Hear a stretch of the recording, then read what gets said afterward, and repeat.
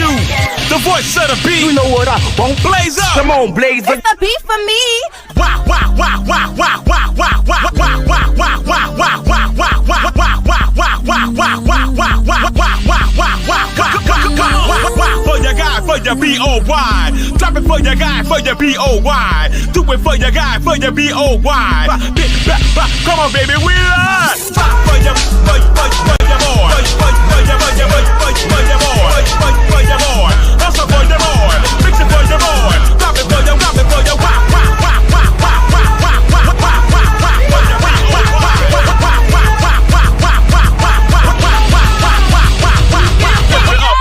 lift it up.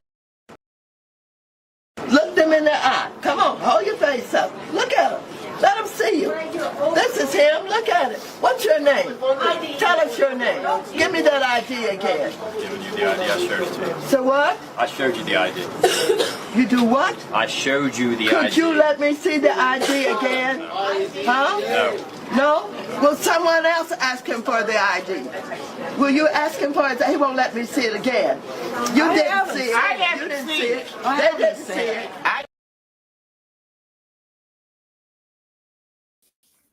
Hello. How y'all doing? Get in here. Come on. Hold on. Let me get myself together. How y'all doing? Get up in here. Get up in here. Come on in. Come on in. Fix myself. Come on in, y'all. Sorry about that. It's a little struggle stream today. Shout out to everybody in the building. Y'all come in here. Get the likes up on the video. This is an early Joce because I have to go to an appointment at 1. So that means at noon I have to get up off of here, okay? So shout out to everybody in the building. I do have to go to the dentist. Got to make sure the teeth are good or whatever the case may be. But shout out to everybody in the building. We got a discussion to have today. We have a discussion to have. First of all, we're going to discuss the Diddy trial. It's been a lot happening in the Diddy trial. And like I asked y'all before, I still would like to know how much of a victim is Cassie. Now, according to the trial, at Voodoo, turn your camera on. Y'all can't see me? Yeah, you should be able to see me. According to the trial, they said originally, they said that he had an escort, you know, in the on Cassie. But then it turns out Cassie asked for it. We're gonna get into it. We're gonna discuss the nuance of this situation. And we're also gonna discuss basically how it's not as cut and dry as we would like it to be. Okay. Also, we also gonna discuss Jagala was there. We know Armand Wiggins was there. We know our boy Mims is there. We know, I don't know if Neek at Night is there because she normally go to the trials, but it's normally on the West Coast. If Neek there, y'all let me know. But we got some people on the ground. They say Tisa Tales is there. I don't know what's going on, but they say she there. You know what I'm saying? Whatever the case may be. Now, we gonna get into it, but I would like to pose this question to y'all as we move forward. And let's just put it in scenario based because I find people answer questions more typically. They answer questions more honestly if it's in a scenario base. This is just a question. God forbid, but this is a question. If a man grabs a woman and abuses her, and then takes this woman and utilizes this woman to then carry out abuse on other unsuspecting victims. Put a 1 in the chat. Let me ask you this question. If a man grabs a woman, turns her into a victim, and then him and said woman takes, they show on the road, and then they turn around and start victimizing other people, is the woman still a victim? 1. Or 2, is she just as much as a willing participant? Now, this is the gag, and this is what I want to ask you guys. I'm asking you to answer this from the perspective of a victim. Pause, because see, this makes it all the more different. I'm not asking you to be from the outside looking in. I'm not asking you to be on the jury. I'm not asking you to be the police. As a victim, this is a real question. As a victim, meaning you're the person that's being abused. As a victim, are you looking at Cassie as a victim as well, or as a willing participant? Put a 1 in the chat if she's a victim. Put a 2 in the chat if she's a participant. This is from the question mindset of the victim, not from the outside. This is not your cousin. This is not your friend. This is you. Put a 1 in the chat if Cassie and Diddy got together and abused you. Is Cassie still a victim, or is she a willing participant? That's the question. I'm going to leave that with y'all, and we'll get into it more when we get into the topic, okay? Now, mind you, the reason I'm asking you from the perspective of a victim is because at the point of being victimized, all you know is there are 2 people accosting you. You don't know the backstory. You don't know. You feel what I'm saying? You don't know. All you know is in the moment, I'm being victimized. And I'm going to tell you right now, as a victim, if it was me as a victim, she ain't no victim. She's just as bad as he. Now, she can sit in front of the white man in the black robe and let them figure out the logistics of it all. But I'm telling you, as a victim, to me, if I was a victim and a man and a woman both victimized me, they both are just as bad to me. That's just me. But we'll get into it. Hold that thought. Then we also going to discuss Tory Lanez being stabbed in prison. And then we're going to, and how the Seahursts are rejoicing. We're going to get into that. YNW Melly denied bond. And then Shannon Sharpe speaks out after all of this stuff that happens with, you know, the lawsuits and all of those things. So y'all come on in here, like the video. We got a lot to discuss, and I don't have that much time, so we got to get right on into it.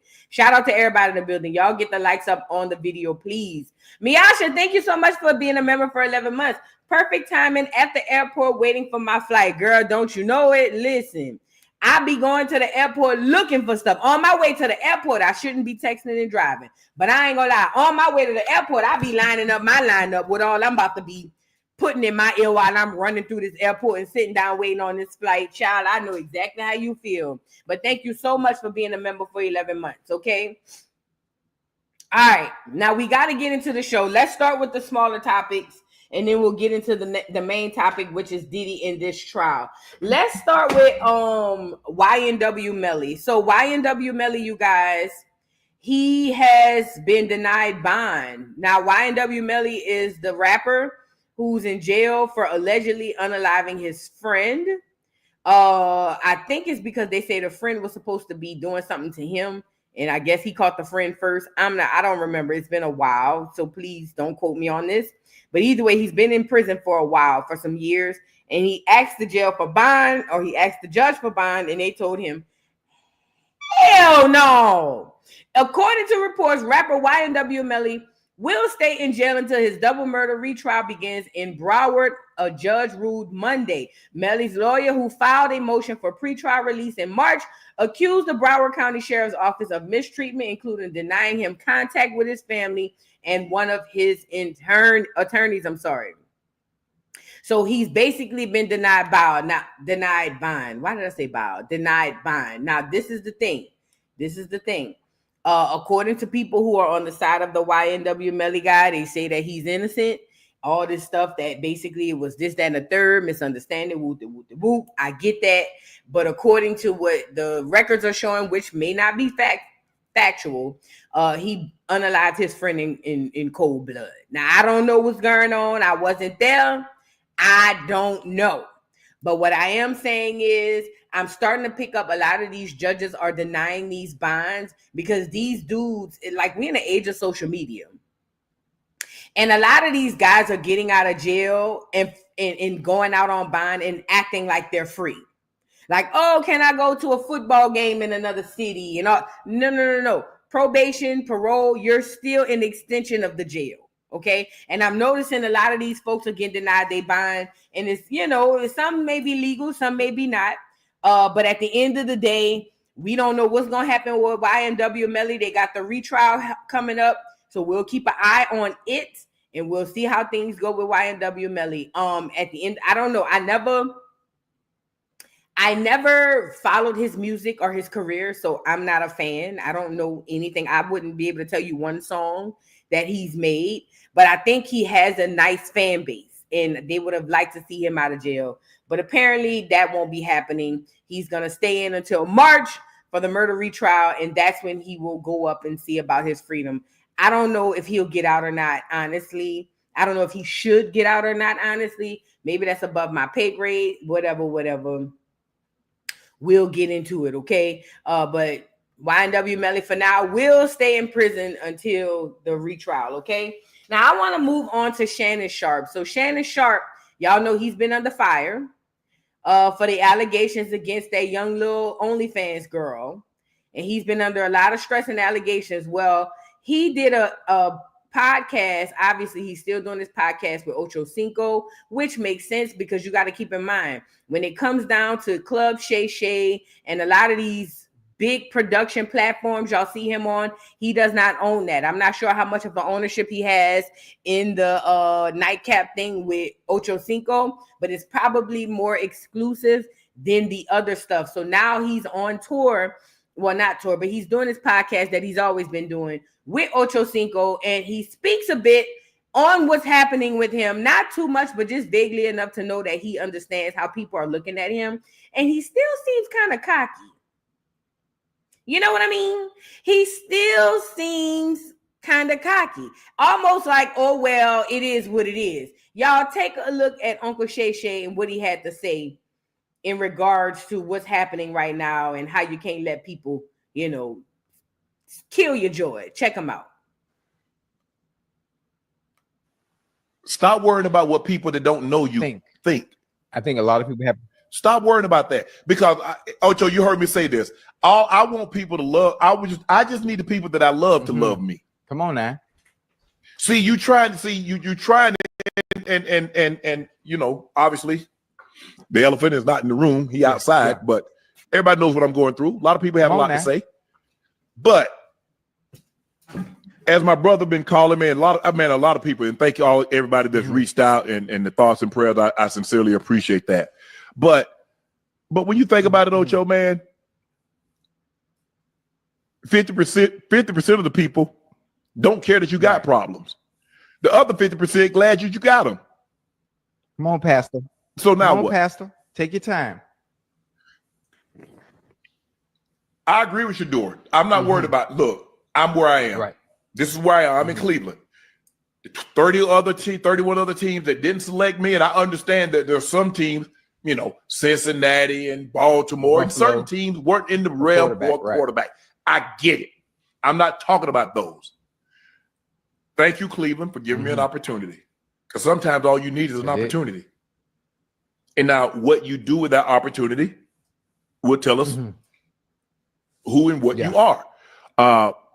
But the thing is, Ocho, is that, you know, you have to learn that I'm learning, and it's still a learning process, is that you got to drown out the noise, man. You can't be concerned with everybody because everybody's going to have an opinion. Everybody think they know you. They really do. Everybody think they know you when they really don't. They heard this or they heard that. Have you ever talked to Shannon? Have you ever been around with Shannon? Have you been around Ocho? Have you been in Ocho's presence? So what makes you think you know him? How well do you know him? So Shador, just go do your thing. That's all. That's all he can do now, Ocho. It's about playing. At some point in time, the talking will stop. You got to play. The playing will start.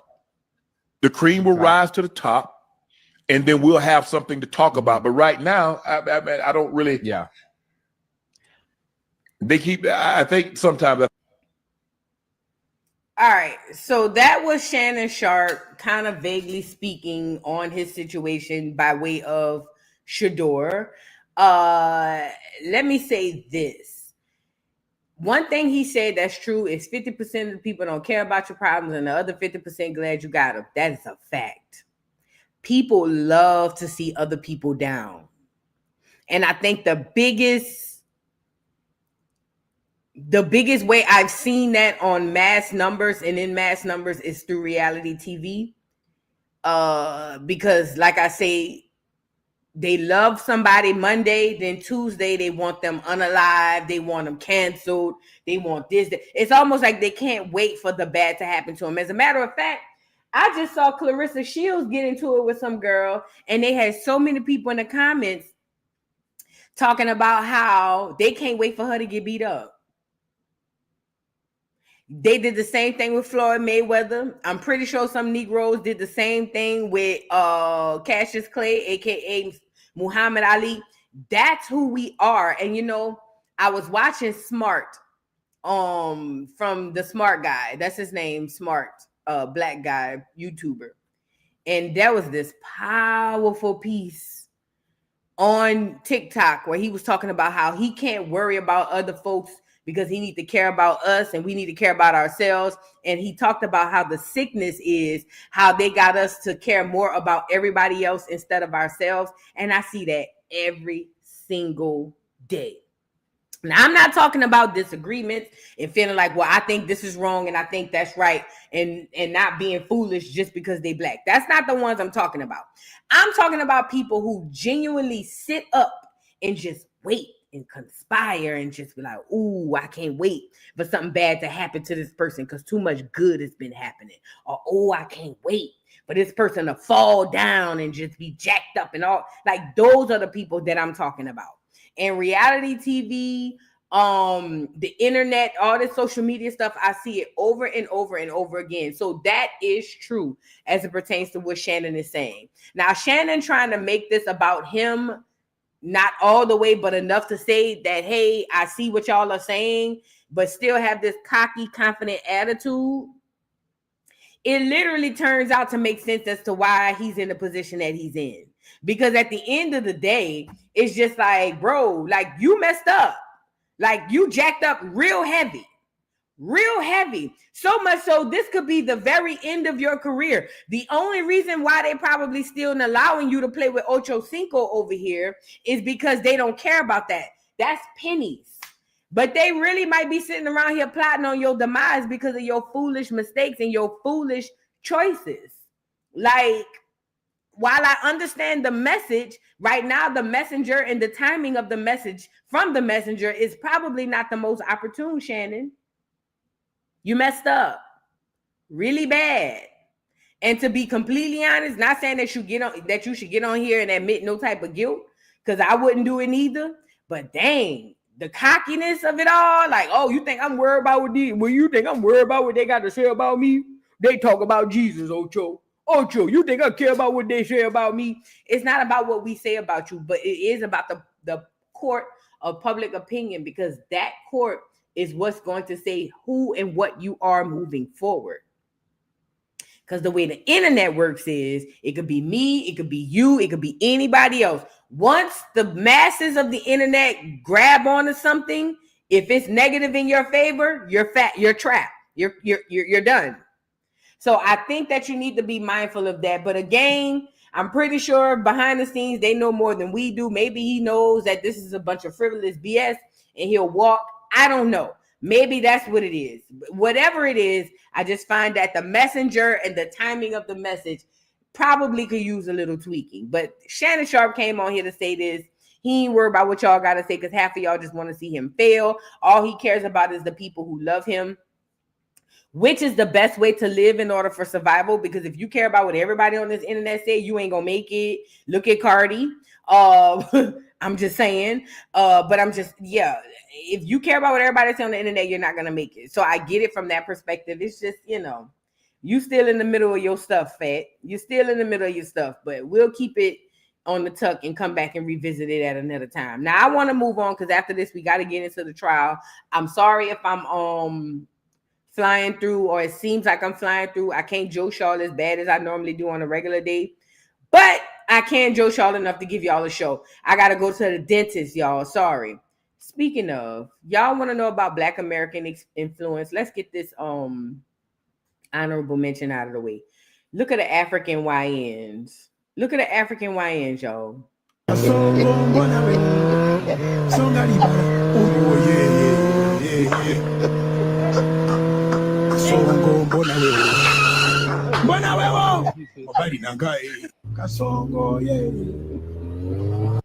look a damn mess. Who gave them flip-flops and socks?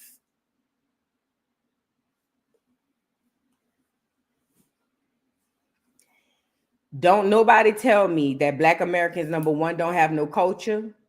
And number two, don't nobody tell me that we come from Africa. Because every time I open my eyes and turn around, it seems like Africa is copying us and following us and not the other way around. Okay? Let's really be clear about that. They be the first ones to sit up here and say, y'all ain't got no culture, y'all ain't this, y'all ain't that, y'all don't have no language, y'all don't have no food, y'all don't have this, y'all don't have that, da.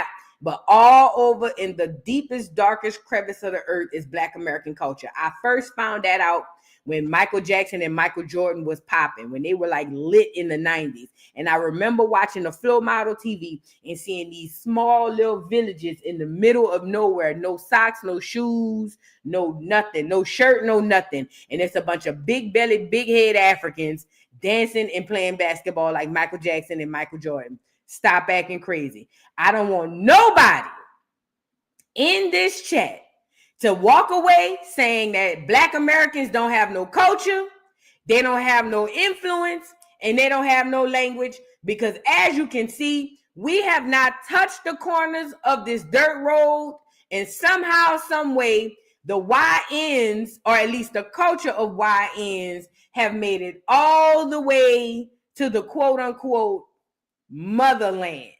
Don't ever get it twisted. Don't ever get it twisted. Shout out to the Africans, bruh. I like my Africans who like being African, though. I don't like the ones who like being American. I like the ones who like being... I mean, I'm playing, but I'm not. I ain't lying. You know what I mean? I like the Africans that like being Africans. I like the ones who embrace who they are versus coming over here cosplaying as me. I like them. Them my favorite ones. You know what I'm saying? But yeah, I just wanted to show y'all the African YNs. You know what it kind of reminded me of? It reminded me of that time them fools got a hold of some instrument somebody must have dropped off and they played They Not Like Us. I see dead people.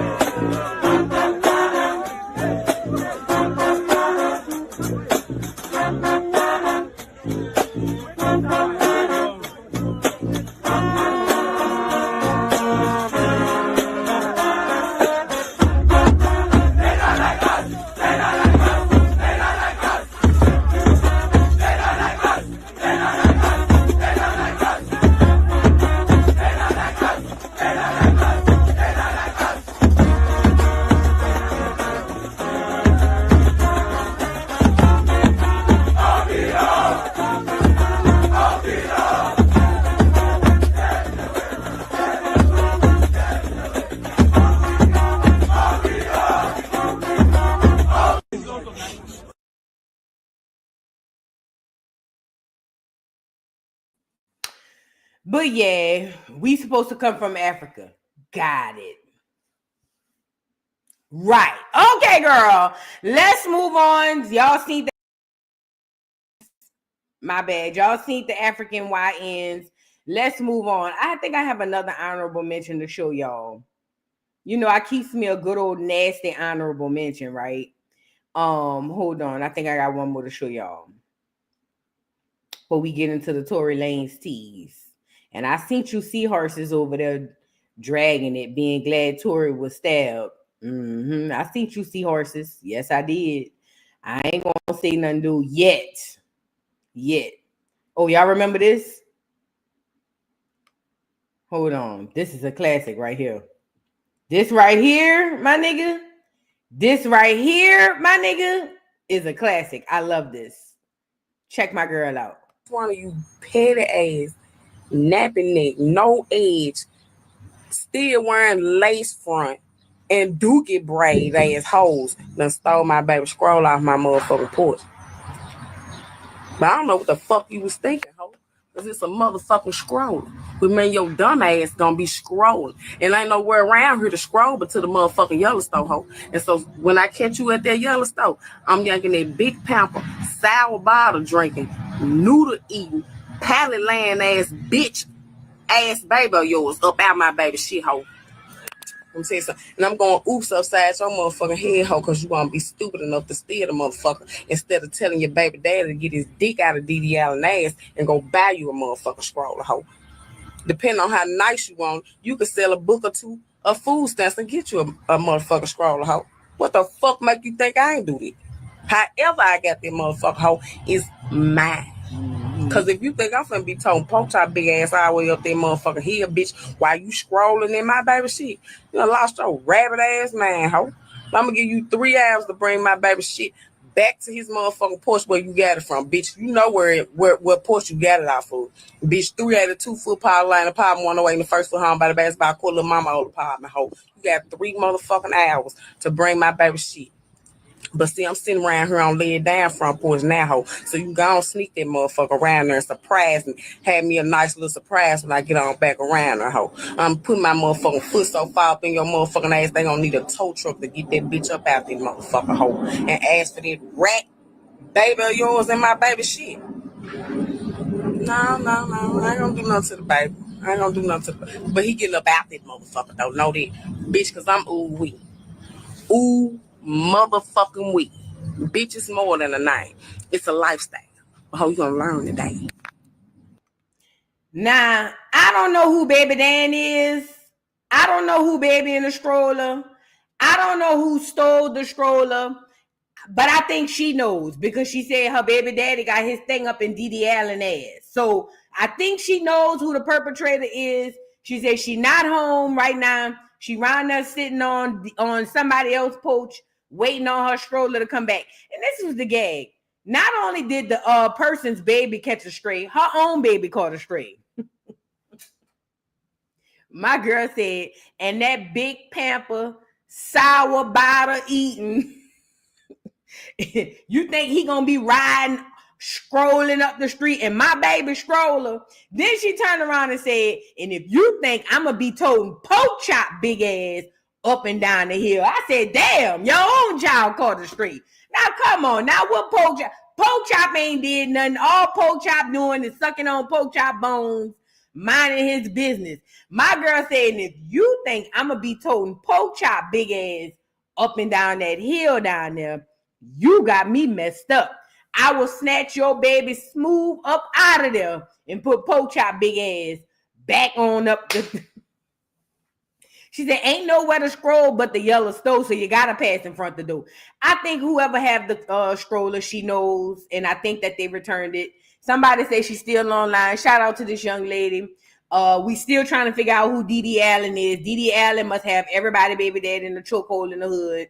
Y'all, we all know one that got every hood has a Diddy Allen.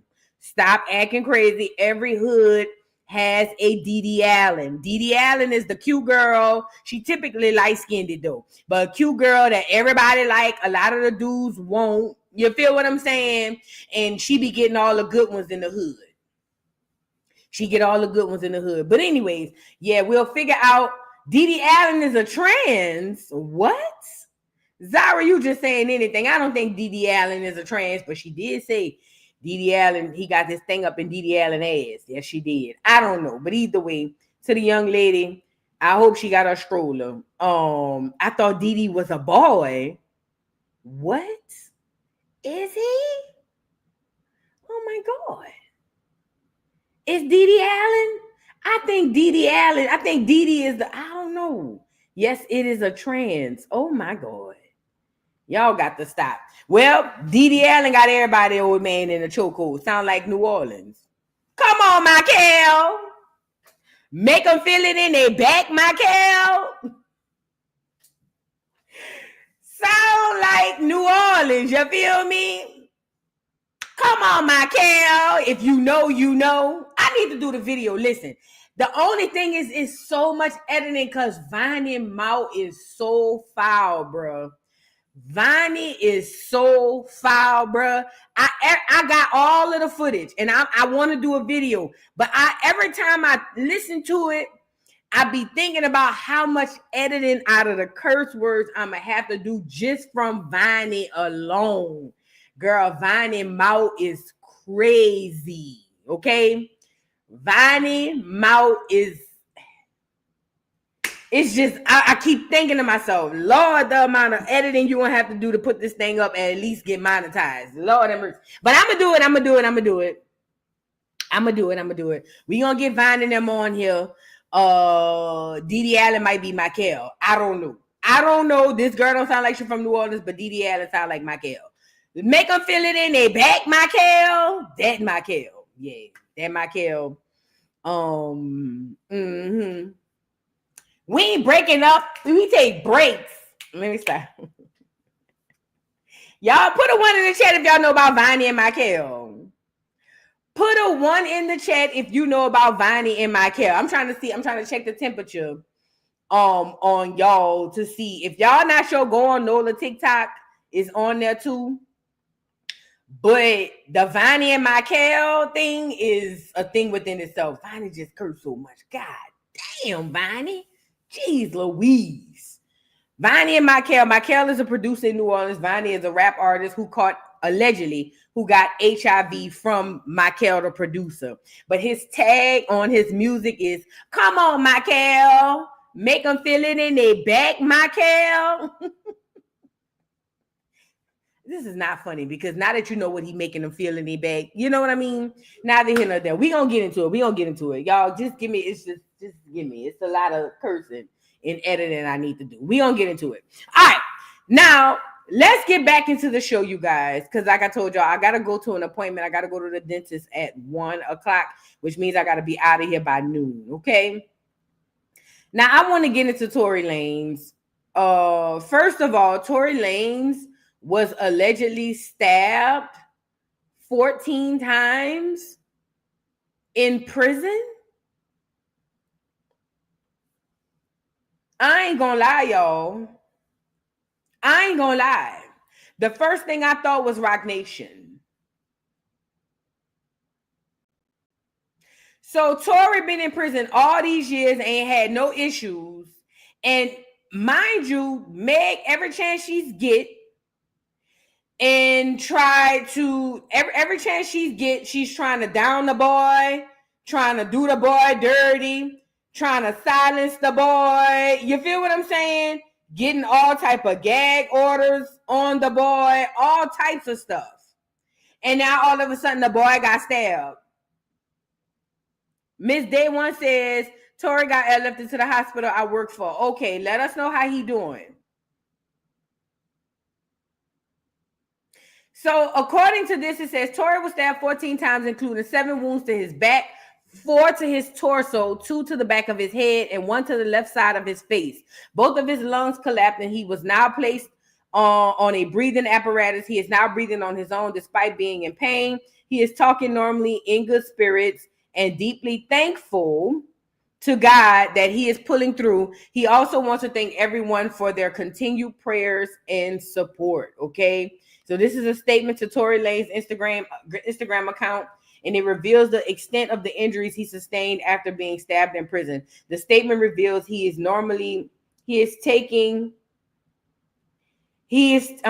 statement reveals he is talking normally despite being stabbed 14 times. Now, I saw a lot of people in the comments saying, are y'all sure he didn't step on glass?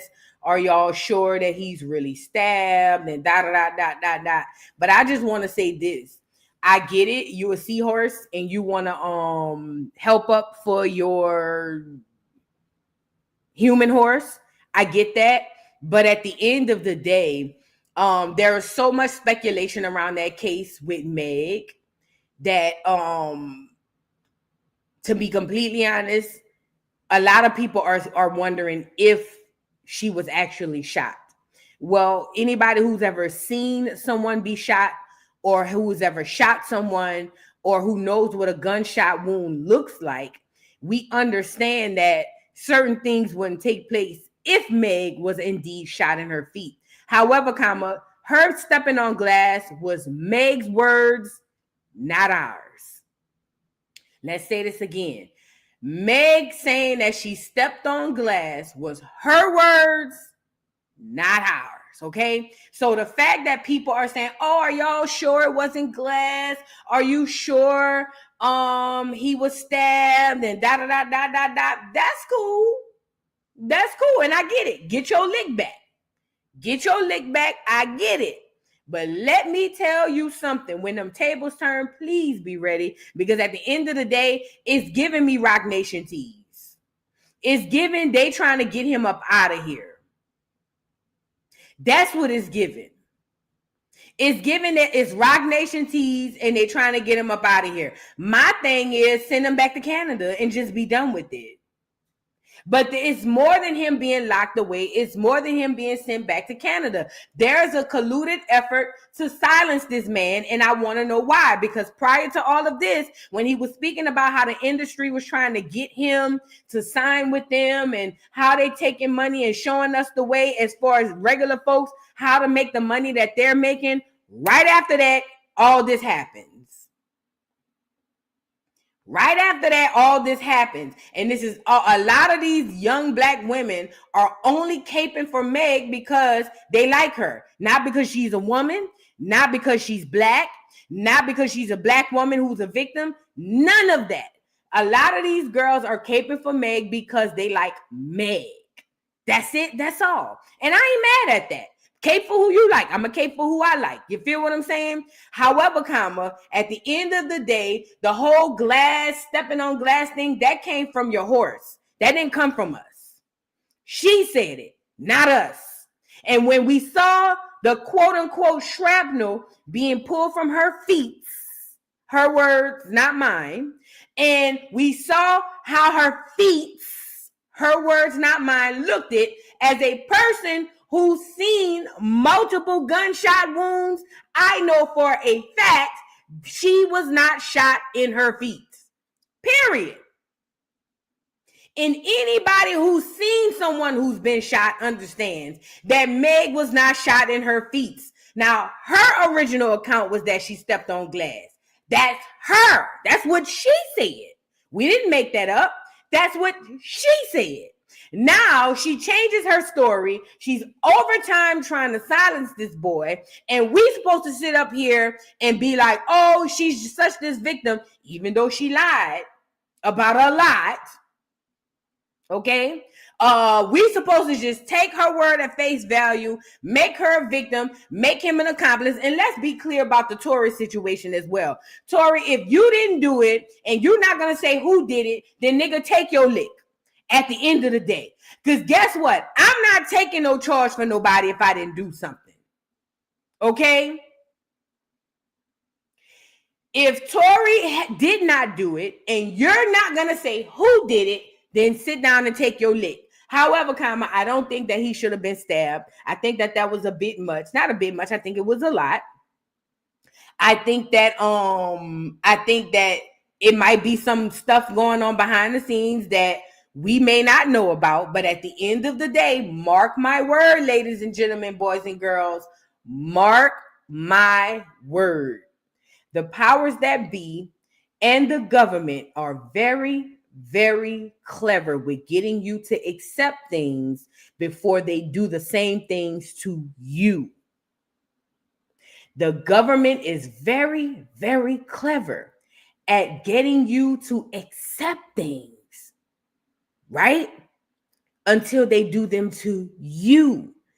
See, what they do is they put these celebrities in place purposely, meticulously, because these celebrities are going to be their mini guides and your mini gods. Don't let that go over your head. They put these celebrities in place for them to be their mini guides and for the people to be your many gods. When I say God, I mean most people worship celebrities like God with the capital G-O-D, like the Most High. Yes, you worship celebrities like that. I gotta say that part. Let me say it one more time. Most of y'all, not if it's not you, I'm not talking to you. If it don't apply, let that mother effer fly. You get it? But most of y'all worship these celebrities like the most high God. And they know this. They know it. Of course they know it. So you know what they do? Use these celebrities to push their agendas because you are so blinded and foolish behind your mini God, these celebrities, that you'll do, say, and cooperate with and co-sign any and every single thing they do because this is your mini God. You get it? But you worship the mini God like the Most High. You do. You do. These are the facts. I watch it every day. And these are imperfect, regular, random, nothing ass, abused ass, effed up ass people that they made celebrities. So they get you to accept Cardi suing Tasha because Cardi is a celebrity and that's your God. They get you to accept Meg suing Milagro because she's the bigger celebrity and that's your God. They get you to accept that Meg lied like a rug about a lot of things, but it don't matter because that's your celebrity and that's your God. They get you to accept all the horrible, heinous, disgusting things that these folks get to do to others, and you love it and you take it because of your mini God. Oh, but when them tables turn, because they coming. They coming. When the tables turn and it's on you, the same thing you were championing and all in cahoots for your mini God, once the tables are turned onto you, it'll be too late. By then, it'll be already happening and you'll have to do nothing but submit, accept, and let it go. Stop worshiping these celebrities. That's Tory, that's Meg, that's Beyonce, that's Glorilla, Sexy Red, these actors, these athletes. Stop worshiping these people. They have become your gods. Yes. Put me in the camera because I want to say this heavy, real big and heavy. You niggas worship human beings more than you worship the Most High God. I wonder how you think he feel about that. You can't make this up. You would die for your gods. You live and you die for your gods. It's a fact. It's not a fiction. It's not an allegation. It's not a maybe. It's not a possible. It's a fact. You worship your gods more than the Most High. And guess what? I ain't going to be in on that conversation. That's going to be between you and the Most High. But I will say this. While they using these celebrities to warp your minds because you just going with whatever your celebrity move is, you got to know this. They're going to flip it on you. So with that being said, I hope that Tory Lanez does well. I hope that he pulls through. We still don't know for a fact that he shot the girl or shot the gun at the girl. What we do know is he won't say who did it, so he belongs in jail. That I won't take back. If I didn't do it and I know who did it and I won't say who did it, then I should do life in prison until I say who did it. So if he's not going to say who did it, then he should be in jail. Okay, let's really be clear about that. But he still shouldn't have been stabbed. Now, I don't know for a fact that this is connected to Roc Nation. I'm just telling you what it screamed to me when I saw it, because I understand how hard they're working to minimize his voice and to keep him hush hush. So I get that. You know what I'm saying? But at the end of the day, your favorite celebrity is not who you think they are. This is why I despise celebrities. All of them. Tory, Meg, Beyonce, all of them, even the ones I like, Lil' Kim. I despise celebrity and celebrityism. I despise it because I understand how it's used to manipulate my people. But I also have to keep remembering that 2/3 ain't gonna make it.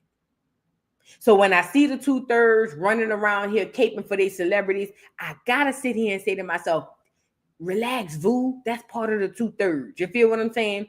But I will say this. My heart goes out to Tory. I hope he pulls through. They say he in good spirits. I hope he pulls through and does well. And I hope that he can finish his time on PC, because it doesn't seem like he need to be out there in Gen Pop. Gen Pop doesn't seem like his thing. So hopefully he gets to finish his time on PC and he's able to go through what he needs to go through so he can move around. Okay. Now, with that being said, I'm not saying Meg had nothing to do with this. I'm not tying Meg to it. I don't know this to be a fact. I'm not even saying Rock Nation has anything to do with it. I'm just telling you what came to my mind when I heard about how he was stabbed and the manner in which he was stabbed. It gave me a hired hit, if it makes sense. Okay. It gave me hired hit. Now, let's move on. Let me say this too. To the people, whether you like the person or not, even to the people I don't like, I still don't rejoice in them being hurt or unalive or something like that. You know what I'm saying? And to the people who find comfort and rejoice in that type of stuff, you got to know that the energy you put out into universe comes back. The energy you put out into the universe makes his way back. I'm going to just leave it there. Let's move on. Now, I want to get into the Diddy trial. So as we know, yesterday was day one of the Diddy trial. It's been a lot going on. First of all, let's get into who all was there. Mims was there. Shout out to Mims. Mims was at the trial. Armand Wiggins was at the trial. You know who else was at the trial? The Jaggler. Let's get her on here. Jaggler was at the trial, girl. Now, first of all, I thought she's in her own lawsuit. I thought Jag was in the middle of her own lawsuit. Jag was at the trial. I think this is her with Armand Wiggins right here. I think that's who this is. Check out Jag at the trial, girl. You got Jaguar right after Jay. They said you're supposed to be in this motherfucker. Oh, I'm up in this motherfucker. You here. Wow. They done brought everybody. How are you? The Jaguar Race Show. Here we are. Okay. Oh, you got this some security too? Oh, wow. Jaguar came with security too.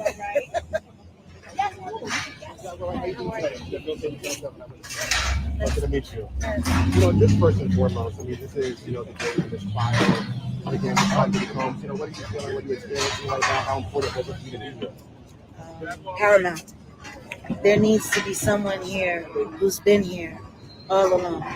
I've been waiting for this moment for 5 years, and here we are. And I'm praying that everyone remembers there are survivors, real life survivors. And I hope that everyone takes into account how necessary a true verdict, a just verdict now. 25 years of pain, 25 years of hurt.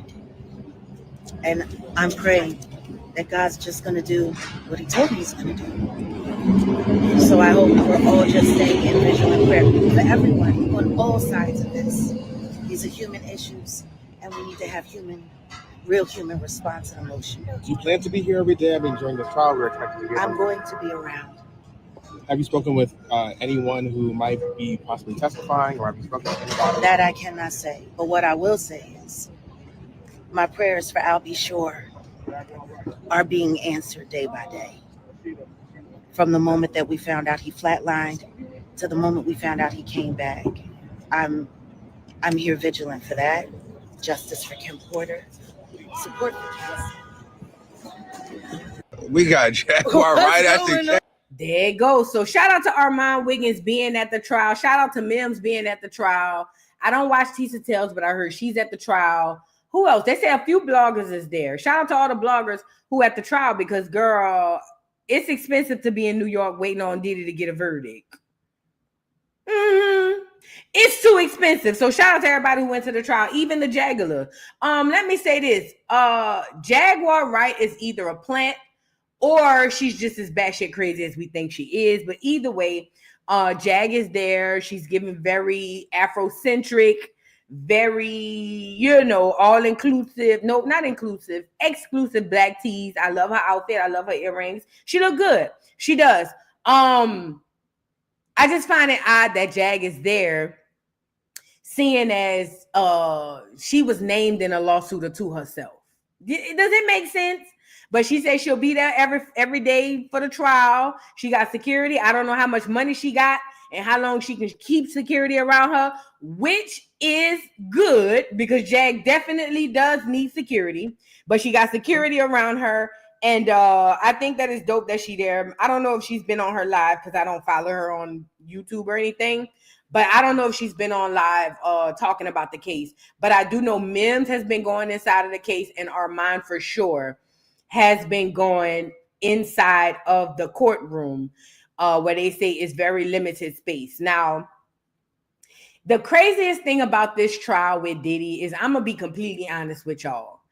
I don't think that Diddy is guilty of all the things that they're accusing him of. I think he may be guilty of some of the things, but I don't think he's guilty of all of the things that they're accusing him of. But I also look at it like this. It's almost like if a thief has been stealing for 20 years and at the 21st year, he gets arrested for a crime he didn't commit as far as stealing.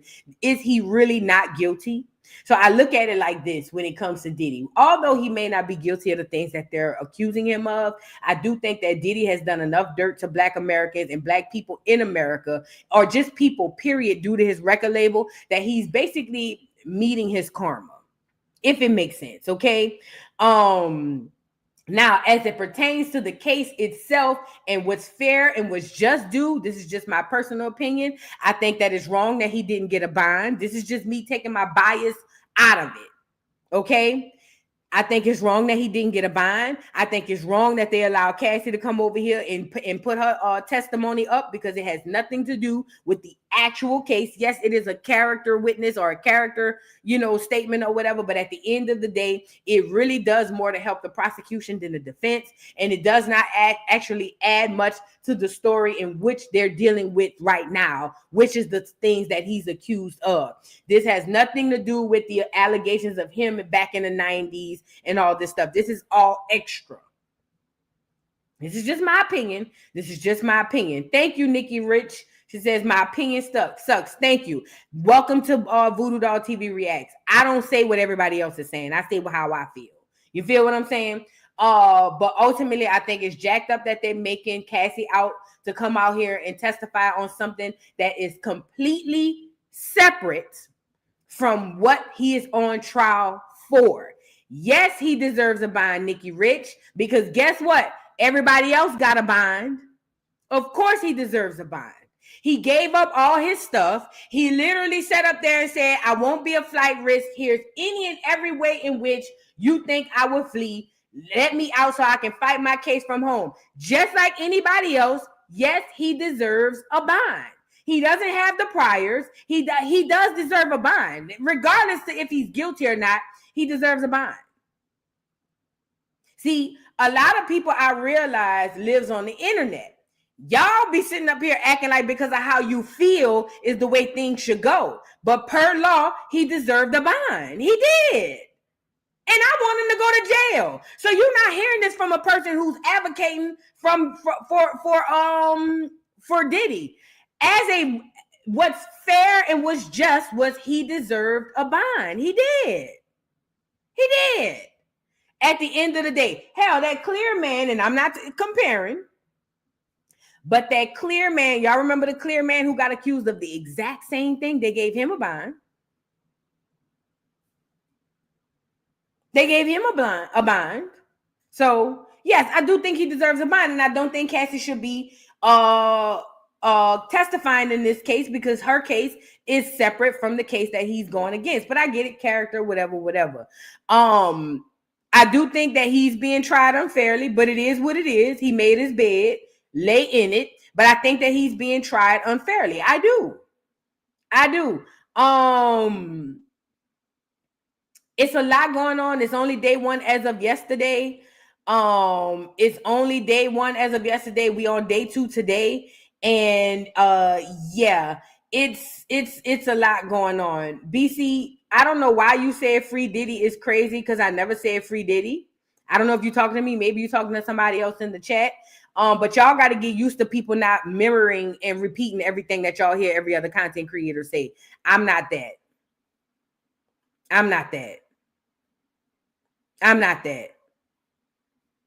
I'm not going to just repeat whatever to make you guys feel good. I'm going to tell you how I really feel. And how I really feel is that he deserved the bond and that they're trying him unfairly. I do believe that. But although I still believe he belongs in jail for the things that he's done to Black Americans and Black American people, I think that he belongs in jail. But I think that the way that they're doing it is jacked up. Now, let's get into some things that was happening at the bond. At the trial. So this lady basically talked about what she saw when she was in there with Diddy and how he looked it and things of that nature. And I want to kind of get into what she had to say as it pertains to what she saw at the trial. Y'all check this out. Get the likes up on the video, please. Get the likes up on the video. Hold on one second. Looks completely different. I wouldn't recognize him if I saw him on the street. He looks old. He's gray. His hair is extremely gray. He's got a gray goatee as well. He looks frail and he looks vulnerable. Now, we've spoken to some legal experts who feel like this is a choice to present him this way. The other thing is that he does stare. People weren't exaggerating. He will turn around and look you dead in the eyes. He scans the crowd to see who's in there that he hasn't seen before. He picked us out because it's the first time the BBC it's the first time we've covered for the BBC, me and my producer, and he turns around and he stares, and he doesn't glance at you. He stares at you in your eye for a sustained period of time, which is interesting. I've never experienced that before. And then on Tuesday and Wednesday, potentially Thursday, we expect victim 1 to testify. He looks completely different. I wouldn't recognize him if I saw him on the street. He looks old. He's gray. His hair is extremely gray. He's got a gray goatee as well. He looks frail and he looks vulnerable. Now, we've spoken to some legal experts who feel like this is a choice to present him this way. The other thing is that he does stare. People weren't exaggerating. He will turn around and look you dead in the eyes. He scans the crowd to see who's in there that he hasn't seen before. He picked us out because it's the first time the BBC it's the first time we've covered for the BBC, me and my producer, and he turns around and he stares, and he doesn't glance at you. He stares at you in your eye for a sustained period of time, which is interesting. I've never experienced that before. And then on Tuesday and Wednesday, potentially Thursday, we expect victim 1 to testify. He looks completely different. I wouldn't recognize him if I saw him on the street. He looks. So she says that he stares at people. I think I heard Mim say that too. I think Mim said that he does this thing where he stares at people, and who knows, maybe he's like me. I need to focus on something in order to remember. That's how my brain works. You feel what I'm saying? So if I'm looking at something, or if I'm reading something, or if I need to remember a face, I have to like laser focus on it so it can be embedded in my brain. And it sounds to me like he's staring at all the people in the court. So when he get back to his bunk or his cell, he can go over who all was in there and who all they representing and whoop de whoop. That's what it sounds like to me. But I'm like that too. I need to stare at something in order to keep it locked in, or whatever the case may be. But ultimately, she says he looks old. Mim said he don't look bad though. I don't think he looks bad. I just think he looks different. He doesn't have access to the money, to the being able to be set up and done up the way that he has been, stuff like that. But they say that he's in court, he looks healthy, and that he's ready to go. Now, it's something else I want to show y'all really quickly. Hold on. Because there's been a lot going on as it pertains to this trial. Should we get into the Cassie tease yet? Let's know. Before we get into that, remember I told y'all that his family came to court, the daughters, the baby mamas, everybody came to court. Everybody came to court. His mama, everybody came to court. Now, this is the first thing I was thinking. Personally, and my daughter's 22 years old, if I was accused of the things that they're saying I did, I'm going to be completely honest, y'all. I'm going to be honest.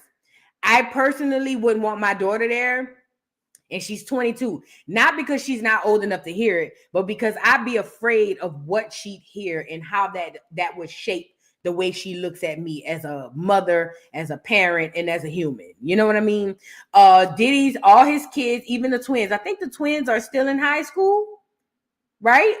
I think the twins are still in high school. He got the sons. He got Albie Shore's son is there. He's got the twins. I don't know if the baby was there or whatever.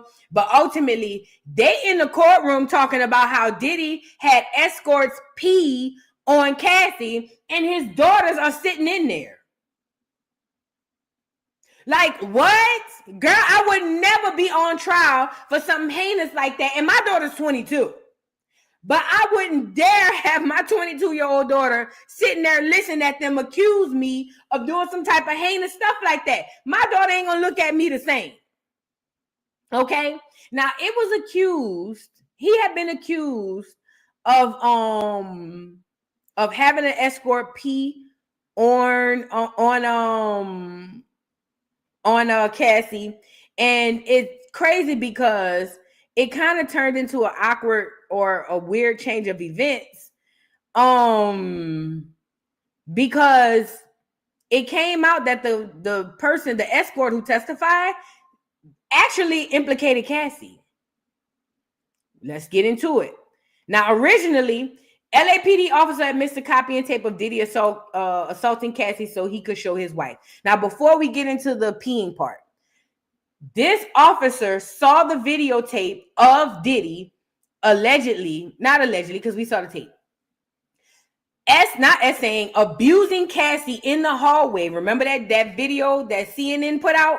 But it was alleged that video was altered and that there was a security guard who had access to the video who showed his wife and watched it long before Diddy bought it and took it back to his crib. It's been alleged that they found all these tapes at Diddy's house, that this wasn't sold to them from the hotels, that apparently, allegedly, Diddy had these tapes and all this stuff at his crib, and that's how they found these tapes. Now, according to this article, the Neighborhood Talk, it says a current LAPD officer just testified he copied the video of Diddy assaulting Cassie when he worked security at the hotel so he could show it to his wife. AUSA says, what did you add to the incident report after you reviewed the video? And then Flores says, I described what I saw in the video. AUSA says, what else did you do with the video? Flores says, I recorded 2 videos of it with my iPhone. Is there another? Okay, there isn't another slide. So there's a guy who's basically was security at the time, who basically said he copied the video with his iPhone, and basically he had been showing his wife what happened down at the thing. Now, I want to know, who is his wife? Okay, Clear Ashes said he was a security guard who later became a cop. Gotcha. Who is his wife, girl? And why didn't you tell us that Cassie got beat up at the elevator? We would have loved to see it. You feel what I'm saying? But anyways, so it has been alleged, there's been a lot of allegations around the trial that basically that CNN edited the video and put the video out to make it seem like Diddy was just only the aggressor. Not saying that he wasn't, because we saw what we saw. He was definitely the aggressor. But y'all got to understand how editing works and how it can literally shape the narrative of content. And if they were editing out any pieces of that video, then it would make sense why Cassie is labeled the victim and Diddy is labeled the aggressor. Now, Cassie in the video is the victim. Let's really be clear about that. She is the victim. We clearly saw her being beat on. We clearly saw her being jacked up, and it was wrong. And as a man of status and stature that he has, he wrong for that, and he should be in jail for that in particular. For that in particular, he should be in prison. Let's really be clear about it. But they're claiming that it was edited and kind of tweaked a little bit, and that's why we see in the situation the way that we're seeing it. Now, moving on, let's get into this peeing allegation. So, it has been alleged that Cassie would have these escorts come in. This was a black guy, allegedly, but he would have these escorts come in, and he would have them do favors or do things to Cassie to have Diddy get off. Okay.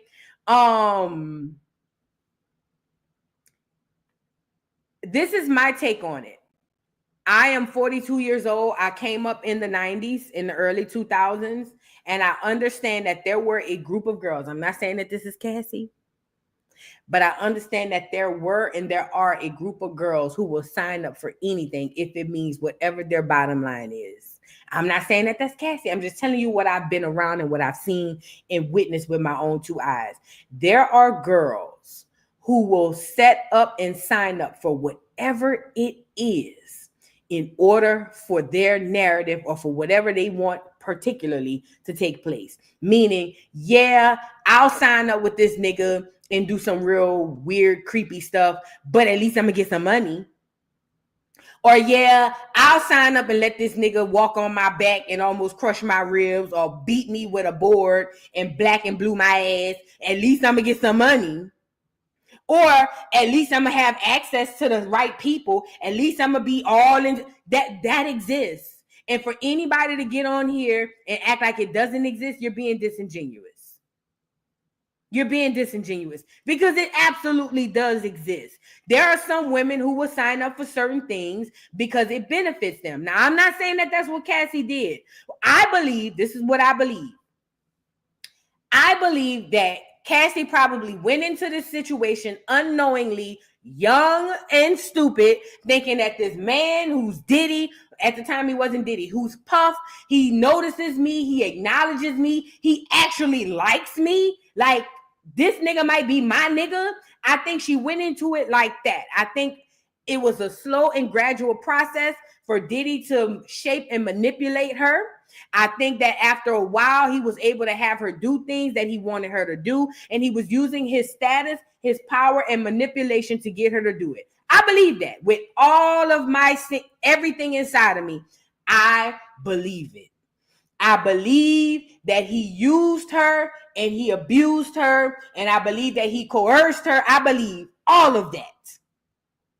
I also believe, because two things can be true at the same time, I also believe that at some point in time, she was not forced, and that at some point in time, maybe she enjoyed a few things. I don't know if it was the peeing. I don't know if it was the freak off. I don't know what it was. But after a while, at some point in time, Cassie was in on it, in my opinion. In my opinion.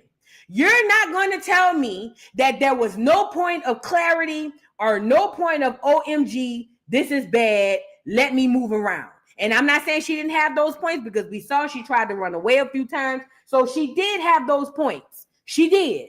But I do believe that sometimes in some of these incidents that Cassie was in on it. And I asked y'all the question, and I'm going to ask you again because this makes all the sense in the world. As a victim, meaning you're the person who's been victimized, rather it's essay, rather it's physical abuse, rather it's anything else.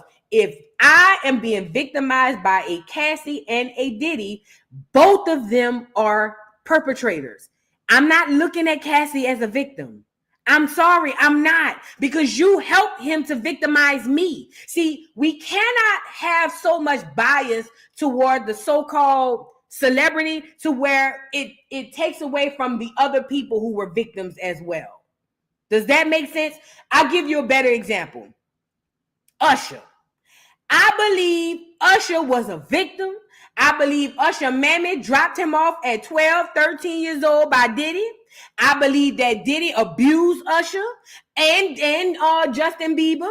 I believe that he abused them. I believe that he manipulated them. I believe that he did them all types of dirt. Yes, I do. But I also believe at some point in their adulthood, those victims became victimizers, because that's typically what happens to victims. This is why children could be abused and then turn around and abuse other children. This is why your parents say this whipping is going to hurt me more than it hurts you. They don't understand a lot of times why they whipping their kids' ass. They just know that even though it hurt them, it helped them. So I need to turn around and do this to my child. I believe that that's the same thing with Cassie. At some point in time, she was okay with it. I believe it. So because Cassie was a victim, does that mean anybody who ever were to come forward about Cassie and Diddy doing something to them, so those people are not victims because Cassie is a victim? Hey, that don't go like that.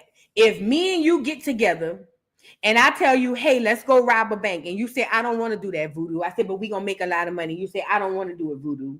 And I put a blicky to your head and make you rob that bank. You think the cops going to give a damn if I put a blicky to your head?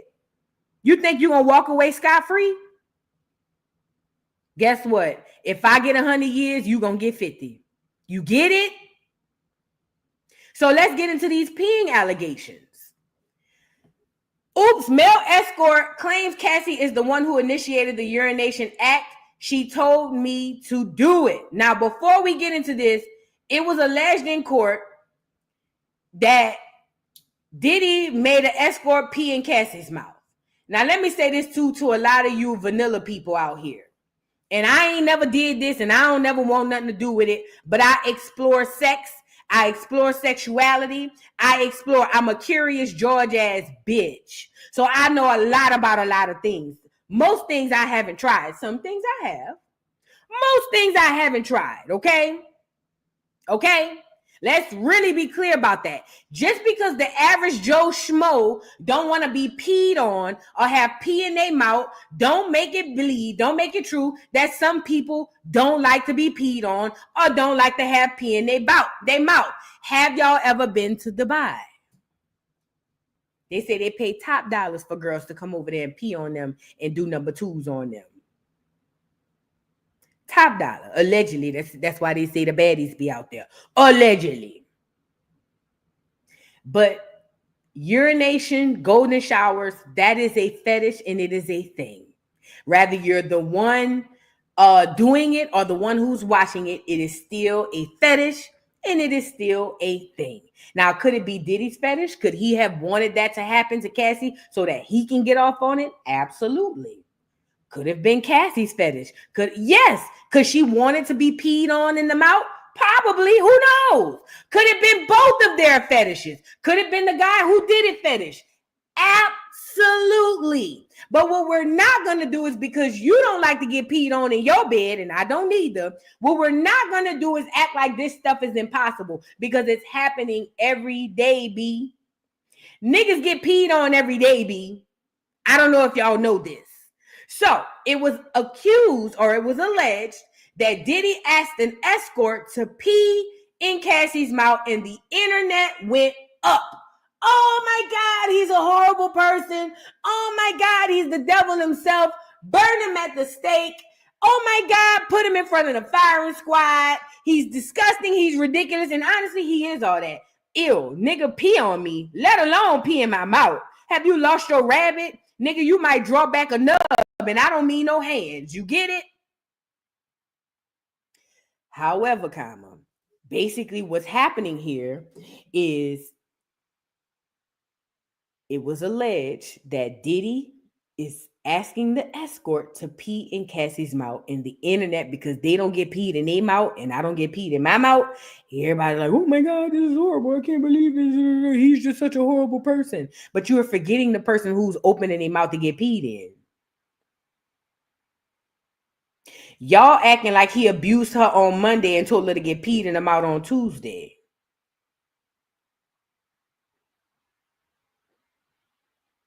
You know what it puts me in the mind of?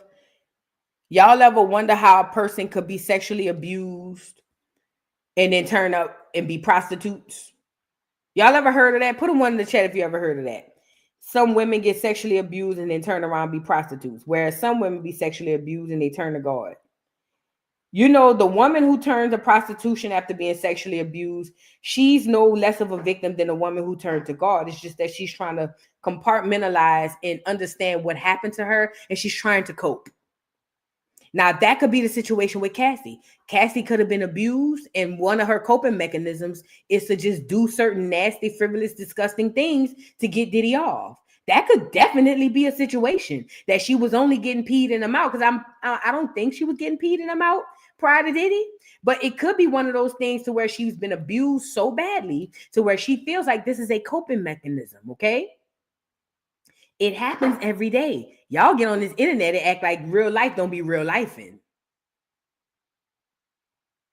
You feel what I'm saying? So it was originally said that he asked the sex worker to urinate in her mouth. It says Diddy made a sex worker urinate in Cassie's mouth during the freak off, at least according to federal prosecutors who came out swinging in court. So now it seems to me like the prosecutors and prosecution just wants to muddy the waters of Diddy. They want to maim his character so bad to where the case itself isn't as potent. It don't matter because you already came in your head or formed in your head that you hate him. It seems to me like it's a lot of circumstantial, a lot of extra stuff that they're focusing on, because it seems to me like the case itself is not that strong. So they have to tear him down in a court of public opinion. They got to tear him down, you know, in these different ways. Again, I believe he should go to jail. I believe he should never be rich again. I believe he should go to jail. I believe that he's done so much damage to the Black community that whatever he gets, he deserves. Let's really be clear about that. Only thing I'm saying is just like Diddy is over here, and they're tearing down his character because it seems like the facts in the case are a bit murky. Just my opinion. So after the internet goes up about her being peed on, oh my God, she's a victim, then it turns out the male escort testifies and said that she was the one who initiated the urination act. She told me to do it. Now I saw y'all moving the goalposts.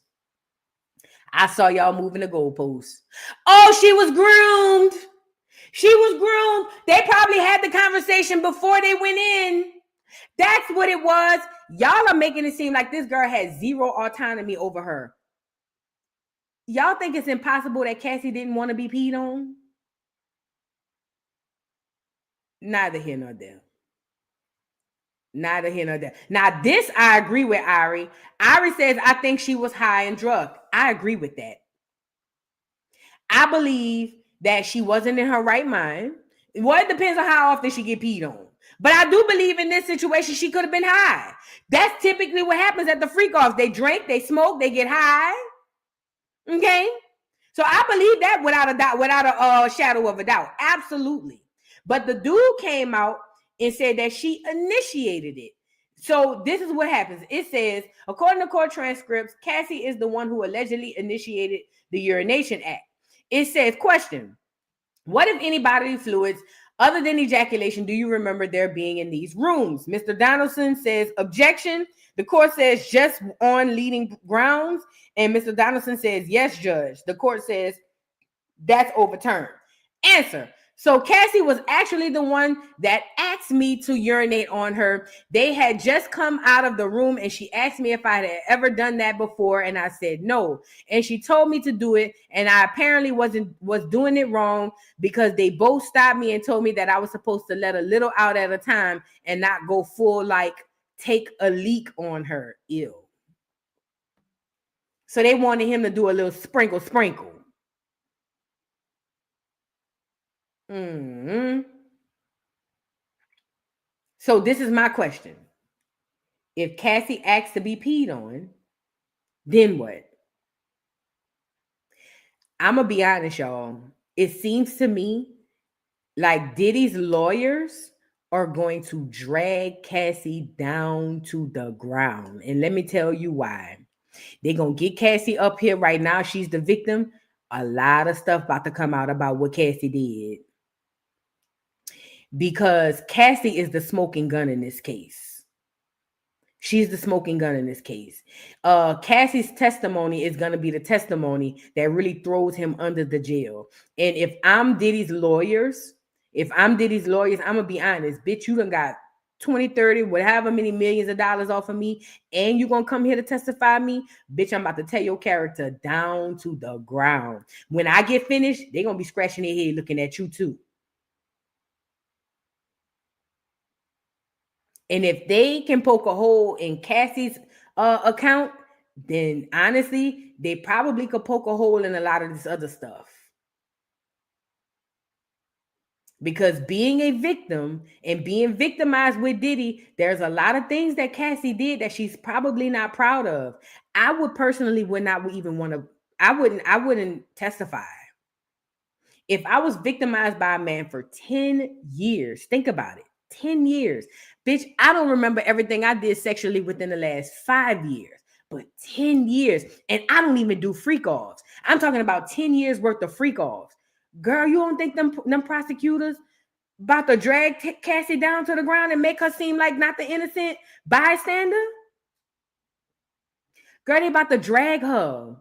And y'all gonna be mad. Y'all gonna be mad, but it is what it is. There are some things that Cassie did within that 10-year span that she's probably not proud of, and that is probably not good. And they're going to bring it out. Everybody that the prosecution tries to bring forth in regards to Cassie and her situation, Diddy knows just as much as Cassie knows. You don't think Diddy gonna be like, all right, bet, say she did X, Y, and Z, because she did.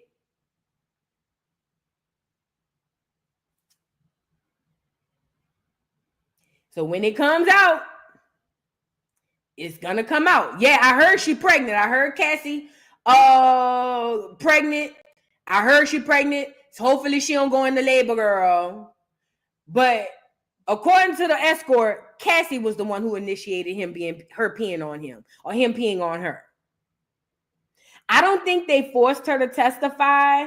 I'm like the person who said it earlier, girl. If they'd have paid me, girl, I'd have been at home with my feet up like a paraplegic. Do you hear me, bitch? The way I'd have been at home with my feet up, getting fat, eating bonbons, waiting on this baby to come out my cooch. Girl, please testify. Girl, please. I ain't got to testify. Girl, please. I go in labor here soon. I would have got my money and shut the F up. I ain't even gonna hold you. I did what I did. I said what I said. I got paid. That's between y'all. That's just me.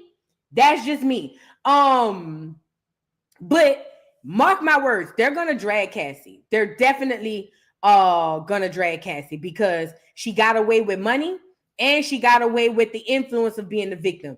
Diddy's lawyers are going to drag Cassie down to the ground. So be prepared. Let's really be clear. Be prepared. Hold on. I want to show y'all her husband was leaving the trial. But before I do that, let me show y'all. Oh no, I forgot to talk about this really quickly because I have to bring this part in too.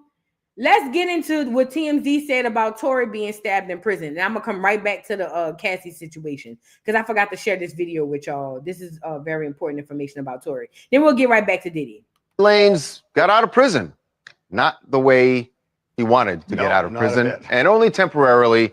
But he is in a hospital right now as we speak, getting treated for stabbing injuries that he suffered this morning at the California State Prison, where he is doing time for the Megan Thee Stallion shooting. What we're told is that he was outside of his cell. We're not sure if it was the yard or if it was still within the prison walls, but was stabbed multiple times and had to be rushed to a hospital by ambulance. There are trying to get information about what the status of his condition is right now.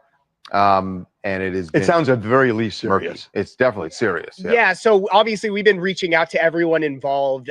We had one source said that it was non-life-threatening injuries, but then we have other people that are telling us that, this was a very serious stabbing. I mean, as any stabbing is, and that he, was rushed to the hospital. So we're pushing and trying to get a more clear-cut update. But yeah, I mean, it's definitely crazy because I believe just a week ago, there was a photo of him that surfaced. Less than that. Where he was smiling or, looking good. He looks super looking buff, pretty fit, yeah, and looks good. And then just to think that, less than a week later, he would be transferred to the hospital is obviously a very serious situation. What happens in prison? I mean, this is not the first one, but when you're high profile, and we've seen it with others, your target. Hi, it's Carrington from Houston. All right. I just wanted to share that with y'all what TMZ was saying about the Tory Lanez situation. But I wanted to show y'all her husband leaving the courthouse, Cassie's husband. I ain't gonna lie, the husband always gave me like handler tees. You know what I mean? Almost like he was put there to help guide her into what she's got going on right now. Check it out. How you feeling, man? Is this him right here? Yeah, that's him. That's him. He a cute white guy. How you Pretty feel good. tomorrow?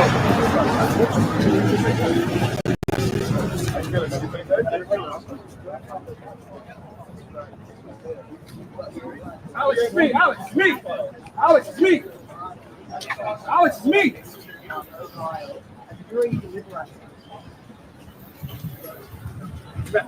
How you going in there?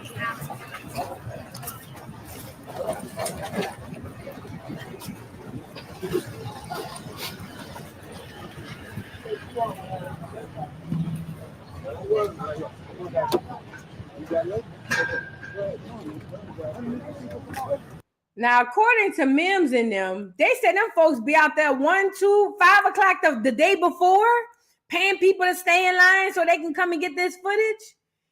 Girl. So this is her husband. He a cute dude. He a cute little white boy. If you like white boys, he a cute one. You know what I'm saying? I ain't gonna lie, he always gave me handler tease. But ultimately it's not in a bad way, it seems like, because Cassie's making money. You know what I mean? But he always gave me handler tease, okay? Now, I also want to show you guys, I want to get into another portion of the trial. Again, I'm not at the trial. If y'all want details on the trial, go follow Mims. Make It Make Sense on YouTube. He is at the trial. I think Armand is at the trial. It's a few people at the trial or whatever. Y'all go follow those folks who got the trial or whatever the case may be. Now, this was the gag with the daughters. Now, you got your daughters in the courtroom listening to them folks say that you asked an escort to pee in Cassie's mouth. Your innocent twin daughters, and plus the other daughter, I forgot. No, all 4. I don't know if Love was in there too. But you got all your kids in there listening to this testimony. Again, I want my child to be there to support me. But girl, it would burn me on the inside to know that my child listened to them folks accuse me of something like that. Like, that would burn me up on the inside. You know what I mean? That's just me, because I don't want my child looking at me like that. But it says, this is so sad. A lot of people took to social media to express their concerns about Sean Combs' kids being present in court on Monday, specifically his daughters. While they obviously want to support their father, it seems that the testimony may be a lot to hear. According to CNN, as the paid male stripper, Daniel Phillip gave every explicit testimony detailing Combs' masturbation as he watched Cassie and him have sex. Combs' daughter stood up and left the room. They came back, but only for a brief time as the sexual details were shared. One of the sons also put his arm around his grandmother as the testimony continued. However, the family did seemingly turn to watch the video of Combs dragging and attacking Cassie. What are your thoughts? Again, I wouldn't want my daughters in there. That's just me. But ultimately, I'm pretty sure that was hard to hear for these girls, which is why they got up and left. But I also feel like they don't live like us. We're different. We regular black folks.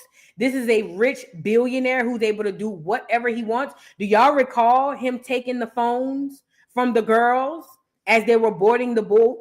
Let me see if I can find it. Y'all recall him taking the phones from them girls getting on the boat? Remember, he took the phones from them, and I said, I don't understand why he would be taking the phones from the girls if it's just a regular random trip, because I'm not gonna wild out and do no weird stuff on with my children on board. Let me see if I can find it. And I was like, what is they doing on this boat to where he has to confiscate the children's phones? Now, it's one thing if it's just me and my friends. You feel what I'm saying? But it's a whole other thing if my kids is there. Look, I ain't going to play the music. But this is Diddy going around collecting the phones from his kids. I think that's Justin, Quincy, all of them on the bus. He's asking them for their phones. They're getting on the boat. And this is the movie. I don't know if y'all remember this movie. What's the name? Blink Twice. Where they had to give up their phones. But it's Diddy asking his children to hand over the phones so whenever they get on the boat. Now, my whole thing was, what in the world is happening on this boat to where the kids got to give up the phone? You know what I mean? Who knows what they could have saw? Who knows? Who absolutely knows what them kids could have saw? And maybe hearing it in court probably was a lot to rehash. Who knows? Who knows? Because I know how I am. If we gonna do a freak off, ain't no kids, especially mine, gonna be there. And if my kids is there, the freak off is canceled. We'll catch it when the next time when I get a babysitter. But ain't no freak off with my churn here.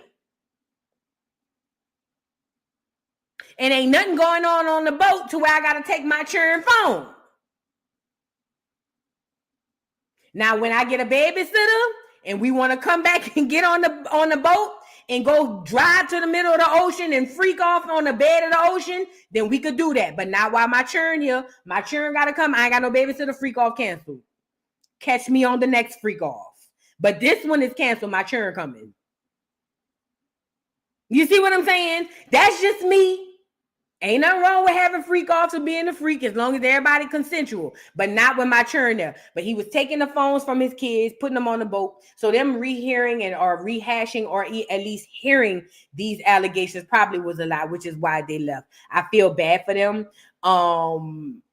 We live in a society where we can watch a woman be abused, but it's hard. No, we can watch a woman be physically abused, but it's hard to watch her be sexually abused, and that should be studied.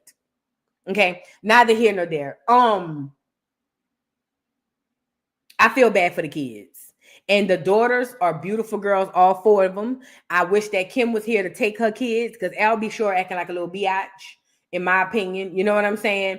I wish Kim was here to come get her girls and her son, because she needs, if she was here, I'm pretty sure she would. But ultimately, everybody's showing up to court. I think I have one more thing I want to show y'all as it pertains to this court stuff.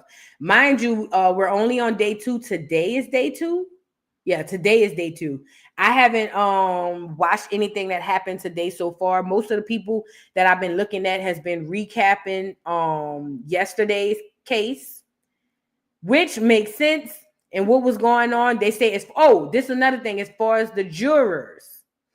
Okay. Hold on, before we get to the jurors, really quickly, to the guy who asked Diddy to pee on Cassie, to the guy who Cassie asked to pee on her.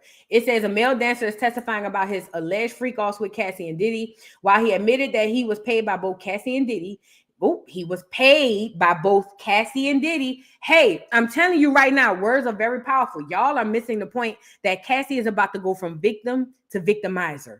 Watch. They're making sure Diddy's team, and I told y'all, Diddy's team is to literally tear down that victim mentality and that victimhood that y'all done placed on Cassie. They're going to take it off. And by them sitting on here saying that she paid him as well, they're going to make it seem like this was a couples thing. I'm telling you, if you're a Cassie fan, or if you just believe he's heinous, which I believe he is, they are about to tear her character down. Okay, I'm telling you now. So now, according to this, they said Diddy and her paid him to do it. It says while he admitted that he was paid by both Cassie and Diddy, he could tell that something was off about the ordeal. The dancer says he met up with the former couple at a hotel. He only recognized Diddy by his voice because his face was covered. The man had on a white robe and a bandana over his face, below his eyes, and a baseball cap as he testified. After a successful link-up, the dancer admitted that he enjoyed having freak-offs with the couple, not for the money, but because of their notoriety. A lot of people was doing this for notoriety. He says he couldn't participate anymore after he allegedly saw Diddy hit Cassie. He says when asked, had drugs ever been involved, he admitted that Diddy allegedly gave him Molly, and that was an occasion where Cassie was slumped over and they couldn't have sex. He says Diddy had an obsession with the baby oils and stopped them even in the middle of sex one time because they weren't oiled up enough. The dancer also alleged that he was introduced to urinate on Cassie multiple times and to not release it all at once. he says that he was paid by Cassie, but commands were allegedly coming from Diddy. Neighbors, this is day one. So according to him, Cassie paid him, but Diddy was giving the orders. Now I'm about to go into the mind of a predator. If I'm Diddy, if I'm Diddy and I'm abusing this girl, and it's a possibility that she can later on turn around and say that I abused her, I'm going to involve her in it too and make her pay as well, because I want it to seem like a team effort, not a victimizer situation. So it seems to me, I don't know this to be a fact, it seems to me that Diddy probably did have Cassie pay him for it, because now she is the one engaging in solicitation of prostitution. Is this thing on? She just paid for prostitution, because contrary to your little vanilla beliefs, peeing on somebody is sexual. Oh. So if she paid him to do the peeing, she's not a victim. She's a victimizer. She's trafficking. Now this opens Cassie up for how much stuff? See, y'all missing the bigger picture. Y'all missing the bigger picture here. He's smart. I'm going to tell her what to do, and I'm going to call the shots, but you pay him. You pay him. I know it was Diddy money. We know it wasn't Cassie money. We all know Diddy gave her the money and said, here, give him this, but it don't matter. Cassie had just turned from the victim to the victimizer because she was the one who paid. We all know how the Mann Act worked. We all know how all this stuff. Now, they probably gave her some sort of immunity to where she's not facing any type of criminal charges or any type of civil charges. However, if they can tear down her character, it literally erases whatever they thought they were going to do, bringing Cassie on this stage with them. Diddy is very smart. Him having her pay for it was the smartest thing he did.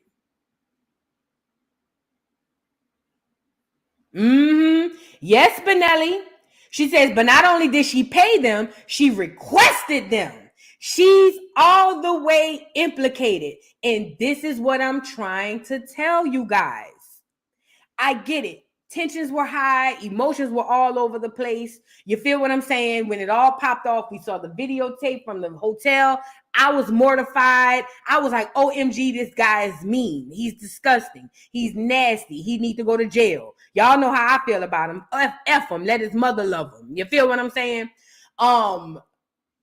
But he's done a good job of implicating her to make her not seem like as much of a victim that she was. Right, Double R, and that's just one witness. Could you imagine when the other witnesses come up? Because you got to know Diddy's team is going to call witnesses as well. I'm just saying.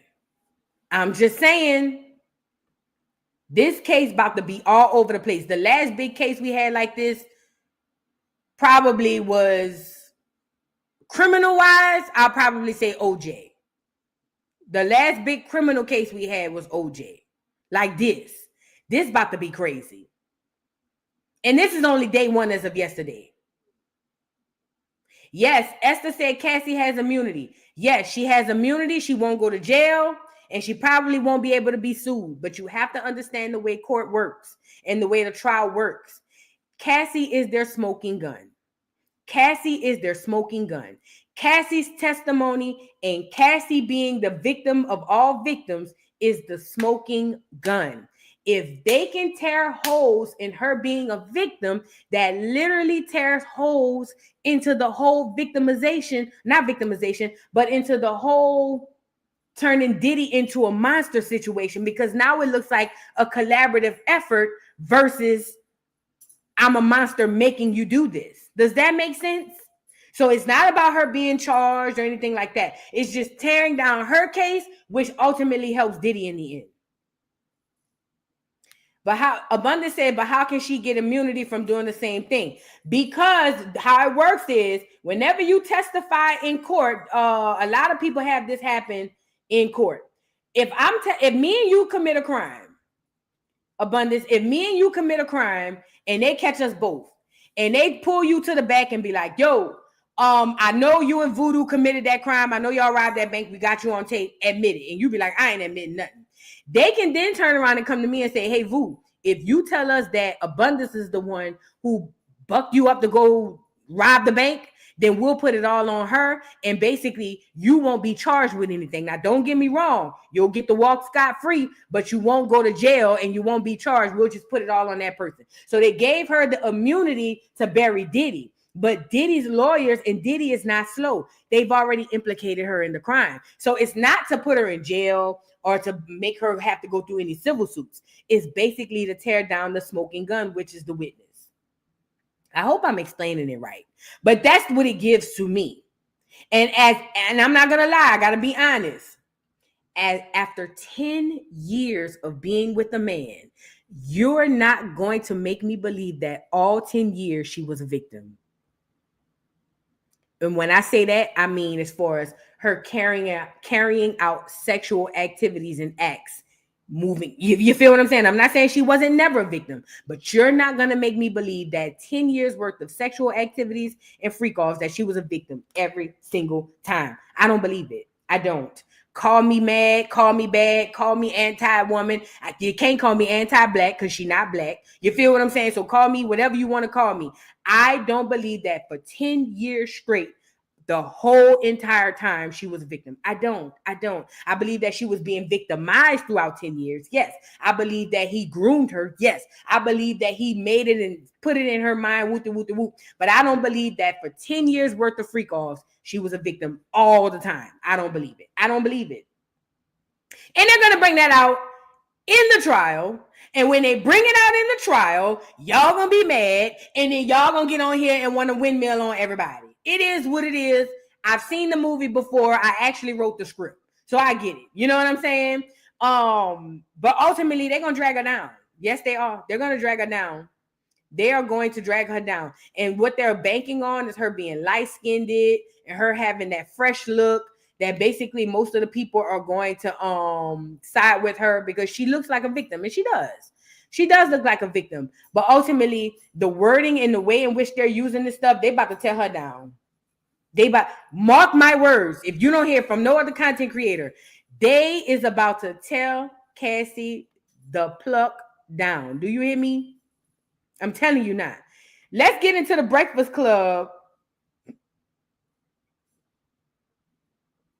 Lauren LaRosa, sorry, y'all, is there. And she's giving a recap of day one of the trial. And basically, she's talking about the situation with Cassie and how Cassie was the one who asked the man to pee on her. Check it out. Y'all want to go with first, the male escort or the LAPD officer? Whatever's more entertaining. The male escort. Entertaining. Okay, so the male escort gets on the stand, right? Black male escort. Yes, he's a black man. He's probably 5'7", really stocky. Why they didn't go get that white man who pulled out the blicky at the Trump Towers, who told us that Diddy gave him the hurt? Just a question. The white man. Muscle. I could tell when he walked in. I'm like, oh, he must be like a dancer or something. Oh no, Charlamagne's body could never. Okay. He's like a dancer or something. So he gets on the stand. See me with my shirt off, man. Let her finish, please. Baby, listen. Look at you sitting over. Sit up, looking all pudgy. So he's on the stand. You ain't talking with that Vera Wang fat suit. So he's on the stand, and he's. Is it me or does Charlamagne look high? Describing his relationship with Cassie and Diddy, and he's saying that up until a few years ago, in New York, whenever they would come here, they would call him because he would engage in different sexual acts with them, right? Allegedly. So he's like, every single time he got the phone call, it was from Cassie. The way that he met them was through his boss. So his boss came to him one day and said, look, I have this couple who wants to do something for the wife. It's a bachelorette party. They need a male stripper. They didn't have a male stripper, so he went. He shows up in the NYPD t-shirt and he says, Cassie opens the door. She's in red lingerie. She's in a wig, dark glasses, and pumps. And she's like, listen, your boss told me that I'm supposed to give you $200. And this is what he's alleging. And instead, she gives him $4,000. She's like, I want to explain to you what's about to happen. So this is not a bachelorette party. My husband likes to do special things for me. He wanted to do this for my birthday. He just wants us to rub baby oil on each other and, just kind of get familiar with each other. Is this sounding like a victim to you guys? I'm saying, I'm not. Cassie is at the door. Cassie was supposed to pay him $200. She paid him $4,000 and explained to him how the night was going to go and what was actually supposed to take place. Victim much? I'm not saying what you believe to be true. I'm just telling you as a juror and as a person listening to the trial, she sound like she in it. Like we lit.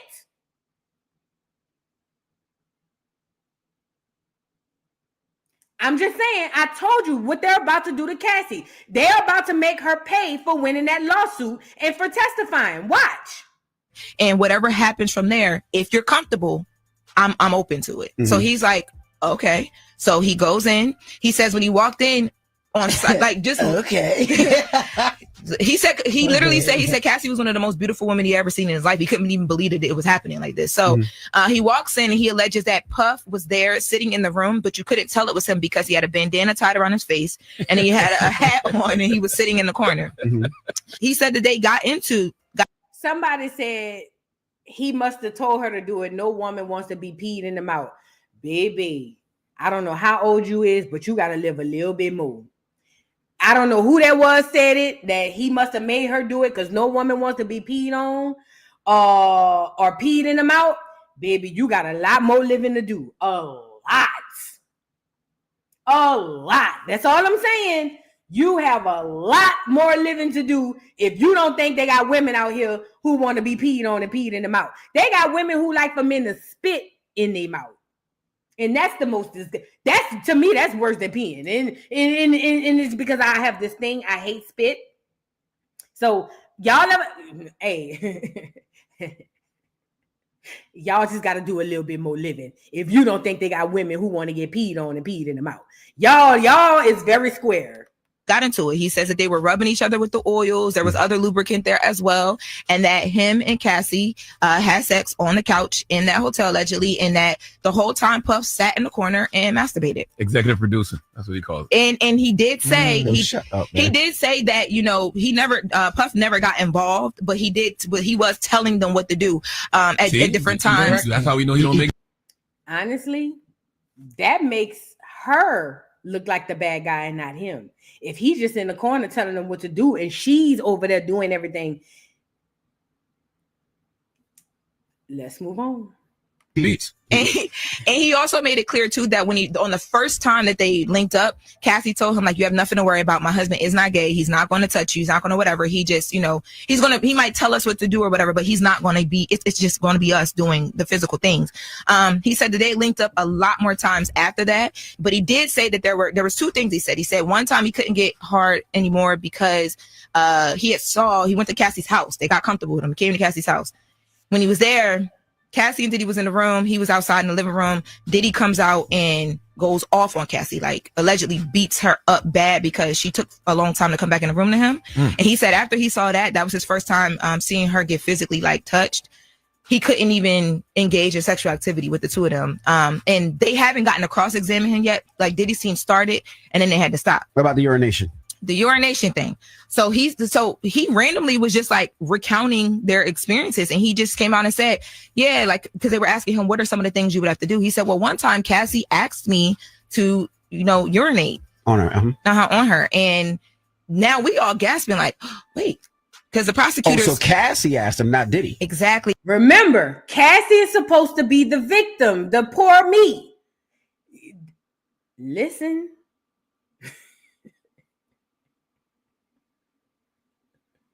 Because you don't get to walk away and say hands off because you're not the mogul here. They both was in on it. They both were in. I'm not talking about anything else. I'm talking about this particular situation. Both of them was in on it. Hell, it sounded like she was quarterbacking this shit. I'm going to be honest. It sounds like she could have been quarterbacking this shit.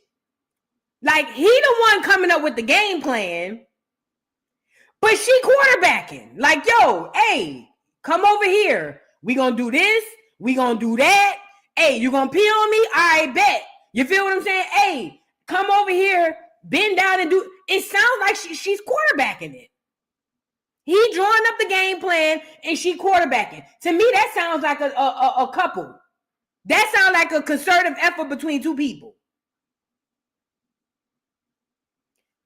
They gonna make her pay. Watch.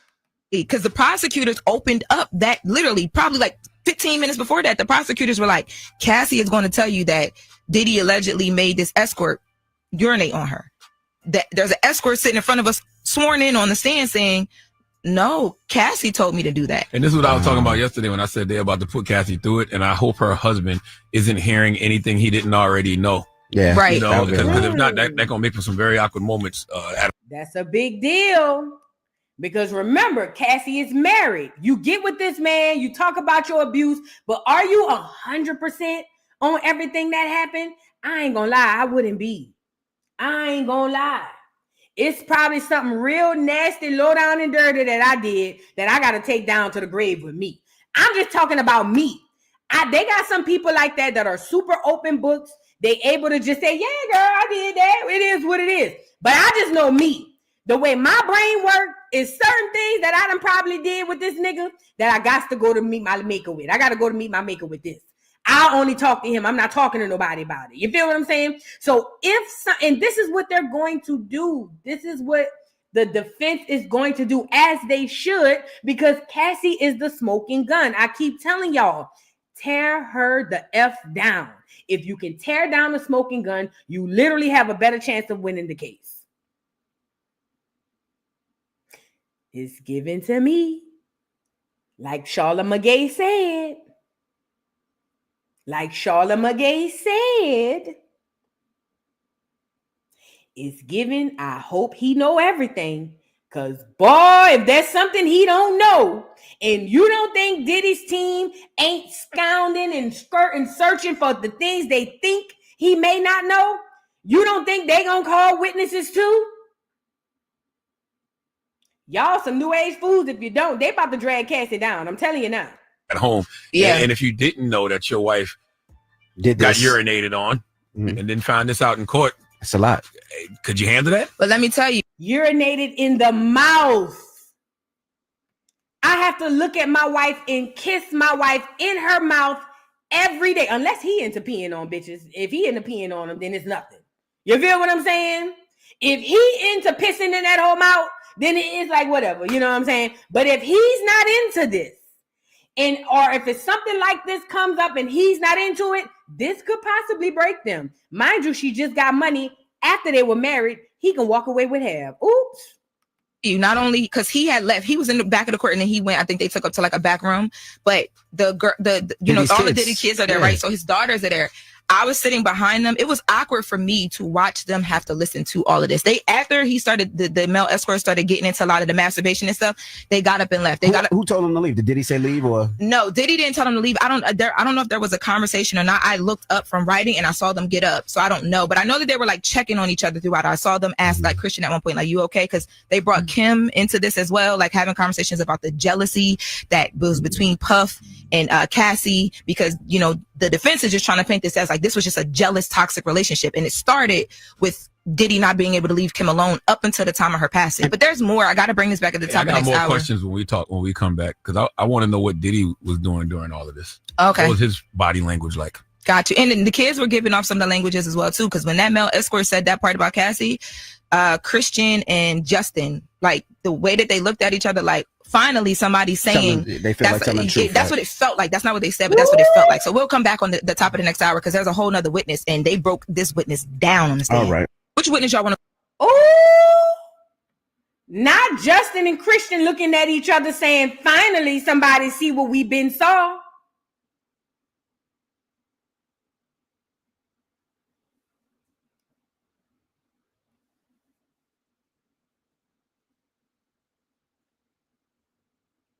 Not Justin and Christian looking at each other like, finally, they get to see that she ain't the victim, y'all.